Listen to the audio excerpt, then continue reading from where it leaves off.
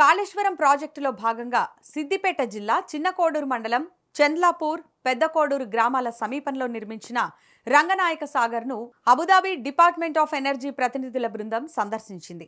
హైదరాబాద్ నుంచి ప్రత్యేక హెలికాప్టర్లో మెగా కంపెనీ ప్రతినిధి ఉమామహేశ్వర్ రెడ్డి నేతృత్వంలో రంగనాయక సాగర్కు ఈ టీం చేరుకుంది.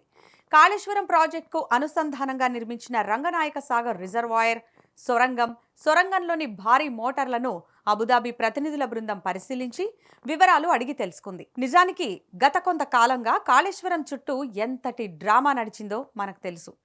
ఏదో ఒక చిన్న సాంకేతిక లోపాన్ని పట్టుకొని ప్రాజెక్టు మొత్తం కొట్టుకుపోయింది, వేల కోట్లు వృధా అయ్యాయి అన్నట్లుగా కాంగ్రెస్ ప్రభుత్వం చెప్పుడు మాటలతో బురద జల్లే ప్రయత్నం చేసింది.